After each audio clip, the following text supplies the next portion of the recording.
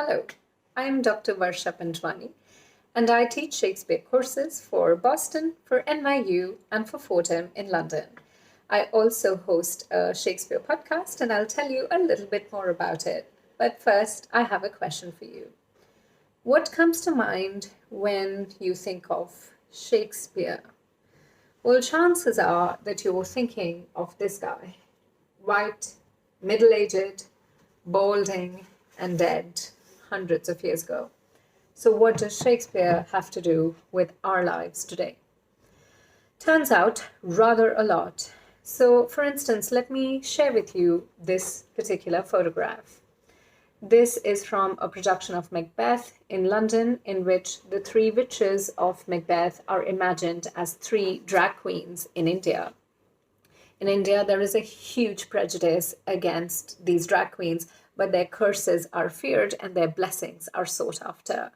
So this production was using Shakespeare to make a political point about prejudice in India against drag queens.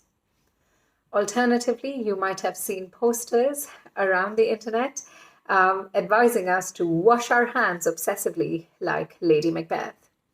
Or perhaps when you were little, you saw The Lion King or Romeo and Juliet, which are excellent adaptations of Hamlet and Romeo and Juliet.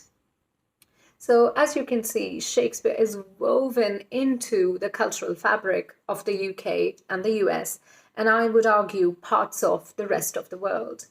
And owning Shakespeare gives us this cultural capital, this cultural currency.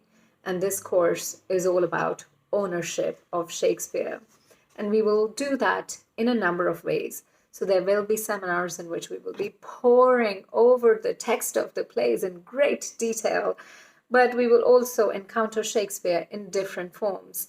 So we will look at art inspired by Shakespeare, including memes.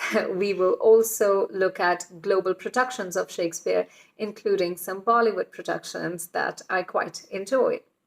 There will also be an opportunity to get involved in exciting new projects around Shakespeare that are happening in London.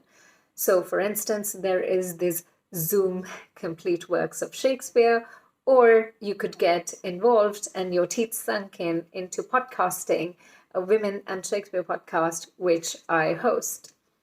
So, in other words, we will learn to take ownership of Shakespeare and then devise ways in which we can share him with people and communities who need him the most, and those people and communities who can enrich an understanding of his works.